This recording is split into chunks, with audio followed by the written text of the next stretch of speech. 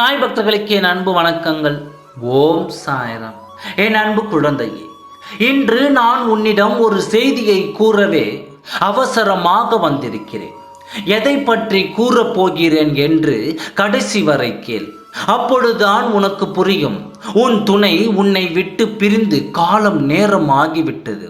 இன்று நீ தனிமையில் தவித்துக் கொண்டிருக்கிறாய் என்று. உன்னுடன் நான் இருந்து ஒவ்வொரு நாளும் நீ படும் வேதனையையும் கண்ணீரும் நான் பார்த்து கொண்டு தான் இருக்கிறேன்.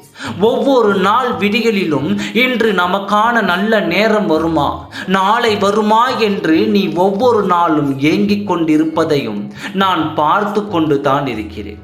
உன்னவரும் இன்று திருந்து விடுவார், நாளை திருந்து விடுவார் என்று நான் காத்து கொண்டிருந்தேன். ஆனால் உன் துணை அவரது மனநிலை சற்று தடுமாற்றமாகி இருக்கிறது.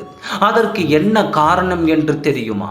அவருடன் இருப்பவர்கள்தான் இதற்கு காரணம். நீ பிரிந்து இவ்வளவு காலம் ஆகிவிட்டதே, உன் வாழ்க்கை இப்படியே போய்விடுமா என்று அவரது மனநிலை தடுமாற்றம் செய்கிறார்கள்.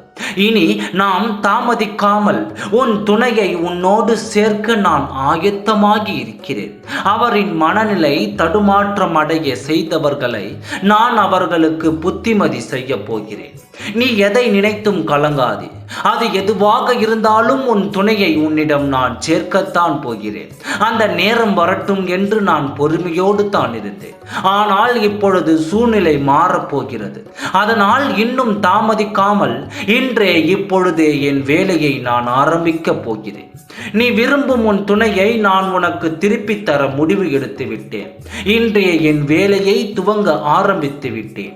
இதுவரை சரியான மனநிலையில் இருந்து அவரை மனதை தடுமாற வைக்க ஆரம்பித்து விட்டார்கள்.